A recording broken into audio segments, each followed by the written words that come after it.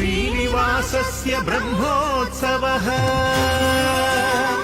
श्रीभूसमेतस्य ब्रह्मोत्सवः नानास्वरूपस्य ब्रह्मोत्सवः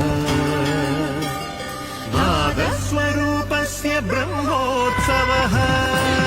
ఓం నమో వెంకటేశాయ. తిరుమల శ్రీ వెంకటేశ్వర స్వామి వారి భక్తులకు శుభవార్త. కలియుగ ప్రత్యక్ష దైవమైన శ్రీ వెంకటేశ్వర స్వామి వారికి అత్యంత వైభవంగా నిర్వహించే ఉత్సవాలలో బ్రహ్మోత్సవాలు అత్యున్నత స్థానాన్ని కలిగి ఉన్నాయి. పురాణాల ప్రకారం స్వయంగా చతుర్ముఖ బ్రహ్మదేవుడే ఈ మహోత్సవాలను తొలిసారిగా నిర్వహించి శ్రీనివాసుని ఆరాధించినందుకు వీటికి బ్రహ్మోత్సవాలు అనే పేరు వచ్చింది.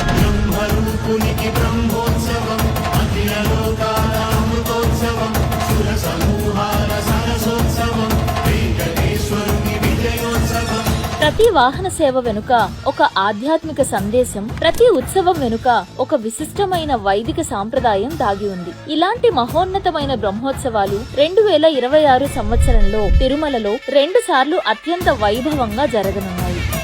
మొదటిగా సాలకట్ల బ్రహ్మోత్సవాలు సెప్టెంబర్ 14న అంకురార్పణంతో ప్రారంభమై సెప్టెంబర్ 23న పవిత్ర చక్ర స్నానం, ధ్వజ అవరోహణంతో ముగియనున్నాయి. ఆ తరువాత నవరాత్రి బ్రహ్మోత్సవాలు అక్టోబర్ 11న అంకురార్పణంతో మొదలై అక్టోబర్ 20న పవిత్ర చక్ర స్నానంతో ముగుస్తాయి. ఈ 2 మహోత్సవాలలోనూ 9 రోజుల పాటు ఉదయం, సాయంత్రం వేళల్లో మలయప్ప స్వామివారు శ్రీదేవి, భూదేవి సమేతంగా దివ్య వాహనాలపై భక్తులకు దర్శనమివ్వనున్నారు. అంతేకాకుండా ఉత్సవాల సందర్భంగా వరుసగా 3 రోజుల పాటు నిర్వహించే స్నపన తిరుమంజనం వంటి విశిష్ట వైదిక సేవలు భక్తులను ఆధ్యాత్మిక ఆనందంలో ముంచెత్తనున్నాయి. అయితే సాలకట్ల బ్రహ్మోత్సవాలు, నవరాత్రి బ్రహ్మోత్సవాలు 2 ఎందుకు నిర్వహిస్తారు? వీటి మధ్య ఉన్న ప్రత్యేకత ఏమిటి?